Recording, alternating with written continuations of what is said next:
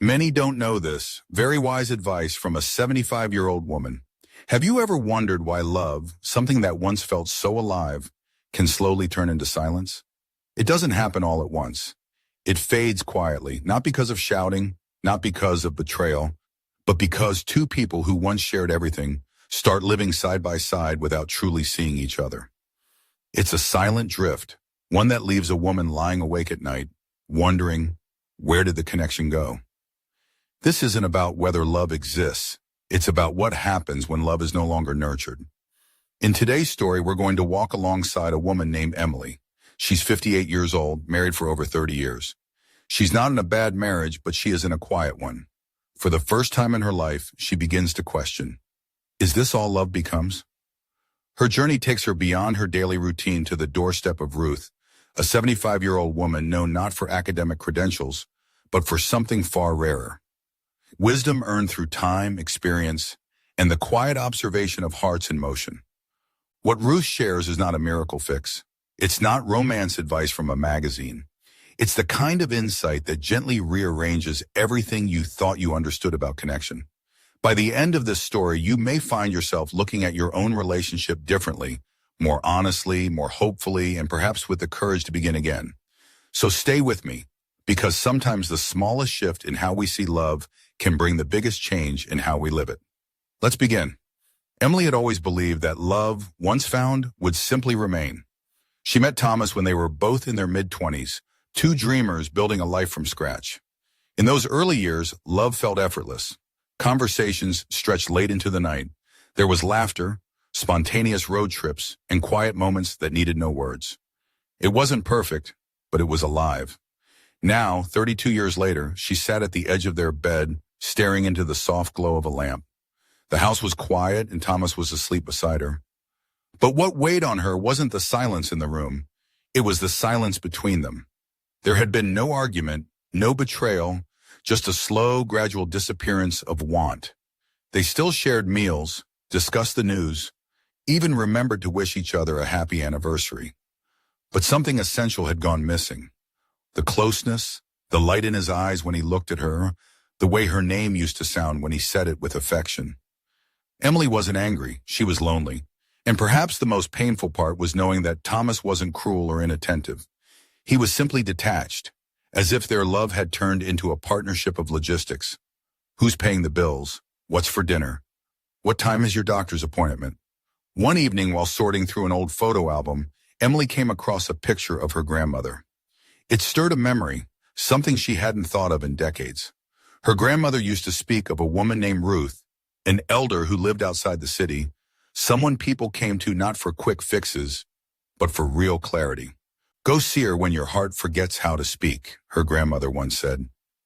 At the time, Emily had dismissed it as one of those old sayings people repeat without meaning. But now, with the weight in her chest growing heavier each day, she felt the tug of that forgotten advice. She didn't tell Thomas where she was going. There was no confrontation, no drama, just a quiet decision to search for something she no longer knew how to name. She packed a weekend bag, got in the room, and drove out of the city into the kind of countryside where time moves slower and the air feels just a bit softer. It wasn't logic that guided her, it was longing. And beneath that longing, a quiet hope that somewhere out there, perhaps, there was still a way back to love that felt alive. Not loud, not perfect, just real. When Emily arrived, the village felt like a different world, tucked between tall trees and winding fields. It was quiet in a way that invites reflection. A few birds called out in the distance, and the wind carried the scent of pine and woods. It reminded her of childhood summers, long forgotten. She followed a narrow path that led to a small, ivy-covered home, just as her grandmother had described. There were herbs hanging from the porch and a small wooden sign carved with a single name, Ruth. For a moment, Emily hesitated. Was she really about to pour out her heart to a stranger? But something deeper than doubt pushed her forward. She knocked gently. The door creaked open, and there stood Ruth, older than Emily had imagined, with long gray hair tied loosely and eyes that seemed to hold 100 unspoken stories. Her presence was calm, her expression kind.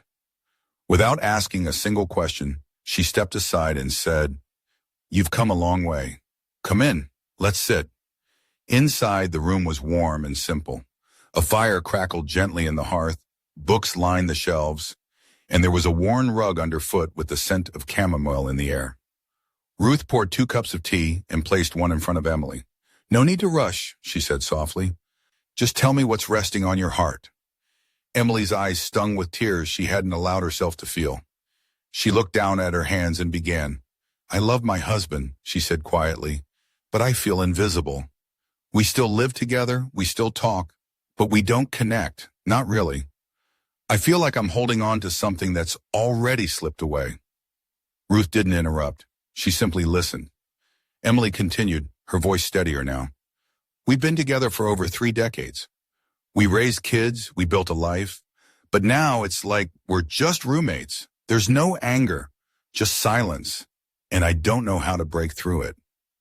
Ruth nodded slowly as if she'd heard this story many times before. "You're not alone," she said gently. "Most couples don't fall out of love, they fall out of attention. They stop seeing each other, not because they stop caring, but because they stop remembering how." Emily exhaled, the words washing over her like a balm. Then Ruth added quietly, "But there's something important you must understand before anything can change." She leaned in, her eyes clear and kind. "Love is not the same as connection, and that, my dear, is where we begin." Emily leaned in, her curiosity piqued. Ruth's tone shifted, calm but certain, as if what she was about to say was something most people miss their entire lives. "Many people confuse love with connection," Ruth began, "but they are not the same." Emily looked puzzled. "Aren't they linked?"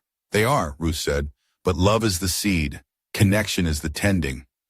Love can exist quietly in the background, but without connection, it withers. Not because it disappears, but because it's been left untended." She let the words hang there before continuing. "You see, love is a feeling, but connection is a choice. It's a series of small daily actions. It's looking up when your partner walks into the room, asking how they slept, and listening, really listening, when they answer. It's remembering how they like their tea or the way their shoulders tense when they're carrying too much." Emily nodded slowly, her fingers wrapped around her cup. Ruth smiled gently. "You can love someone deeply and still feel like strangers. That's what happens to most couples. They assume love will carry the relationship through everything, but love without connection is like music without sound, present but unheard." Emily sat back thinking.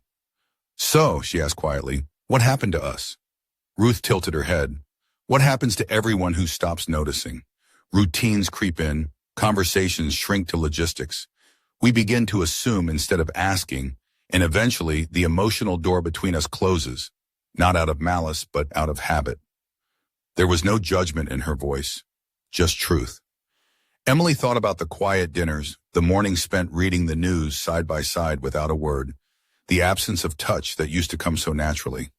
She had assumed the love was still there, and maybe it was, but the bridge that once connected their hearts had slowly faded. "Love isn't enough if we stop choosing each other," Ruth said. "Connection must be rebuilt moment by moment, day by day, and it starts with one question." Emily looked up. "When was the last time," Ruth asked gently, "that you looked into his eyes and he saw you truly seeing him?"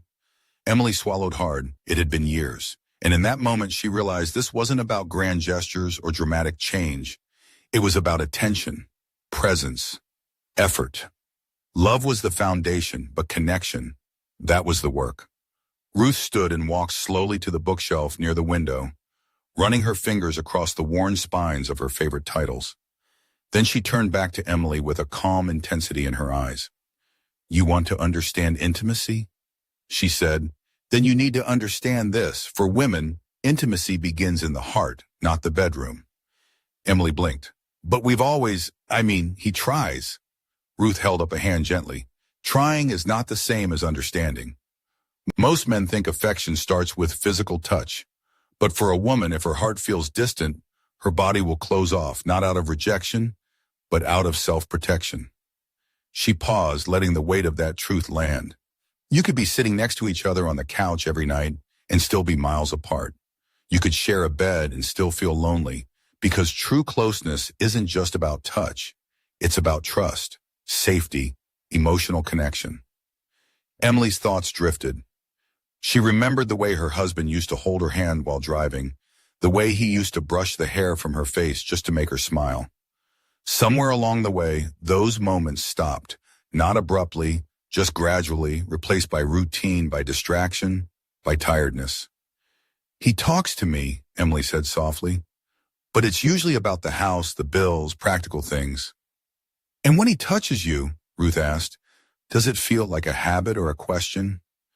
Emily looked down. Lately it feels more like an obligation, like something to check off. That, Ruth said, is the silent shift that steals passion. A woman begins to feel invisible, not because she is unloved, but because she is emotionally untouched. And without that emotional touch, physical affection becomes hollow, mechanical, and sometimes even painful. Emily's chest tightened. She had been blaming herself for not wanting more, for pulling away, but now she realized it wasn't about desire. It was about the lack of connection that made desire feel impossible. Intimacy, Ruth said, isn't something you earn at the end of the day. It's something you build all day long with small gestures, with presence, with curiosity. If a man wants to touch her body, he must first reach her heart. Silence settled between them. Then Ruth added, and the beautiful thing is, it's never too late to start, but you have to start where she feels. Emily nodded, her eyes misted with clarity. She finally understood. Her distance wasn't rejection. It was a quiet cry to be seen. Ruth reached for the teapot again, refilling Emily's cup without saying a word. The silence between them wasn't awkward. It was reflective. Emily's mind was still unraveling the realization that love wasn't just about being together. It was about staying connected in the moments that matter most. Then Ruth leaned back, her gaze softening, but her words gaining weight. There's something else you need to understand, she said. Even the most loving couples can lose their spark, not because the love is gone, but because the rhythm of life takes over. And when routine becomes the master of the relationship, desire slowly slips away without either person noticing. Emily sighed, her voice barely above a whisper. That's exactly what it feels like. We've fallen into patterns. We do what we're supposed to. We check the boxes, but it's like the passion got left behind years ago. That's what routine does, Ruth said. It numbs the parts of us that once felt alive. It turns affection into habit, conversation into updates, and love into obligation. She paused for a moment, letting the fire crackle in the background, then continued. Do you remember when you first met your husband? She asked. How every touch felt electric, how a simple glance could make your whole day brighter. That wasn't magic. It was presence. It was the energy of two people choosing each other again and again. Emily smiled faintly at the memory, a time when just hearing his voice made her heart flutter. That excitement, Ruth said, isn't lost. It's just buried under years of routines, responsibilities, and assumptions. To bring it back, you don't need grand gestures. You need intention. Emily nodded slowly. But how? Where do I even begin? You begin, Ruth said, by doing what you used to do when love was new, when everything was uncertain and exciting. Tease him, laugh over silly things, reach for his hand when he's not expecting it. Leave a note on his pillow. These are not childish things. These are the very things that keep desire alive. Emily looked up, her eyes filled with something she hadn't felt in a long time. Ruth leaned forward and asked, when was the last time you kissed him just because you wanted to, not because it was expected? Emily opened her mouth, but no answer came. That silence said everything. Ruth gently smiled, not in judgment, but with the kind of compassion only age and experience could offer. You see, my dear, she said softly, desire doesn't disappear with time. It disappears with neglect, not of the body, but of the heart. When we stop seeing each other as lovers and start seeing each other only as co-managers of a household, we lose something sacred, not because the love is gone, but because we stopped expressing it. Emily's breath caught in her throat. I think I stopped trying because I thought he stopped caring. Ruth reached out and placed her hand over Emily's. That's how it usually starts. both people waiting for the other to make the first move. But here's what most don't realize. Love in a long-term relationship isn't a spark you wait for. It's a fire you have to tend every day with small, deliberate acts. The room fell into a hush, and for a moment, only the sounds of the fire crackling and the teacups clinking could be heard. Ruth leaned back in her chair. You'd be surprised how quickly the heart reawakens when it feels seen again. When you start showing affection, not because it's expected, but because you genuinely want to reconnect. Emily wiped the corner of her eye and let out a shaky laugh. I always thought passion was something that just faded with age. Oh no, Ruth chuckled. Passion doesn't fade with age. It fades with inattention. You can be 60 or 70 and still feel butterflies, but only if you keep feeding what makes love feel alive. Surprise each other, compliment each other, make time, not just spend time. She paused, then said something that stayed with Emily long after she left the cottage. You don't fall out of love because time passes. You fall out of love when you stop treating each other like you're worth the effort. So, if you want to feel alive again in love, Ruth continued, start bringing life back into it, one small gesture at a time. Emily took a deep breath. For the first time in a long time, she wasn't overwhelmed by the gap between them. Instead, she saw a bridge, one that could be rebuilt step by step, not with big speeches or sudden changes, but with consistent care. The fire between them hadn't died. It was just waiting for someone to strike the match. Ruth stood slowly and walked to a small shelf by the window. She retrieved a leather-bound notebook and opened it to a page filled with handwritten notes. Let me show you something, she said, her voice warm but purposeful. Emily leaned in, curious. These, Ruth explained, are the 3 habits I've seen revive the deepest, most tired kinds of love.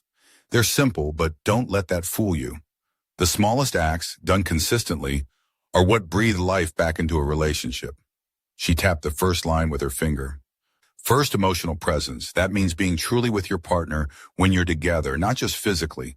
Put down your phone, turn off the background noise, look them in the eyes. Ask questions that matter.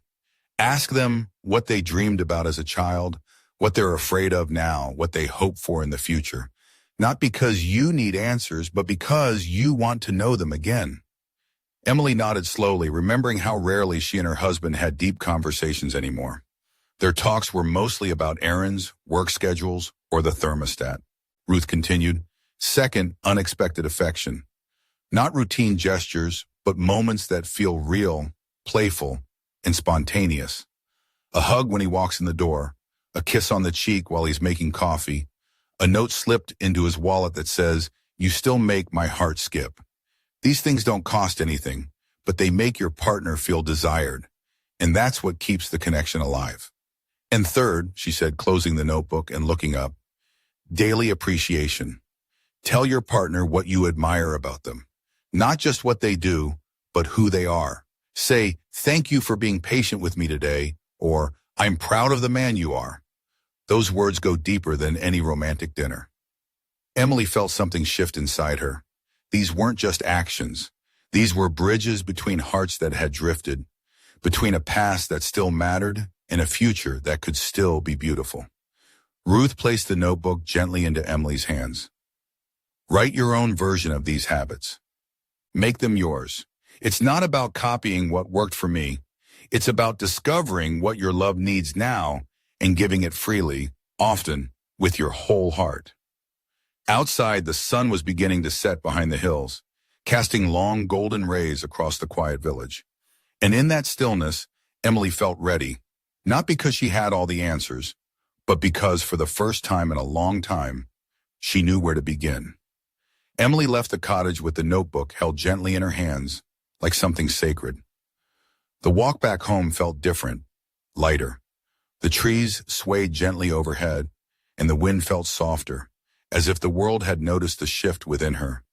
She wasn't returning as the same woman who had left. She had come searching for answers, but what Ruth gave her was something even more powerful: clarity. When Emily stepped into her home that evening, the silence was still there, but this time she didn't fear it.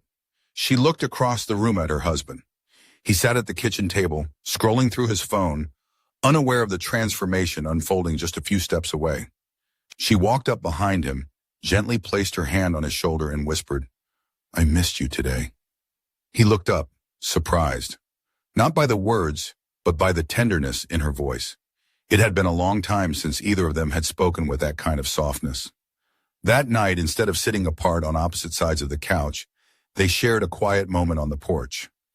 Emily asked him how he was, really, and for the first time in what felt like years, she listened with both ears and her whole heart. In the days that followed, things didn't change overnight. There were still dishes to wash and bills to pay. But little by little, the invisible wall between them began to dissolve. It was in the way he looked at her when she brought him coffee without asking. It was in the way she reached for his hand during walks again. It was in the laughter they shared over a memory that neither had spoken about in years. Their love hadn't died. It had simply fallen asleep, and now they were both gently waking it up. What Emily discovered through Ruth wasn't a secret formula. It was a quiet invitation to stop waiting for love to fix itself and start choosing love with intention every day, in small, deliberate ways. Because love isn't lost all at once. It's lost in the pauses, the assumptions, the silence. And it's rebuilt in the whispers, the effort, the presence. So if you're wondering where the spark has gone, maybe it's waiting for you to light the match.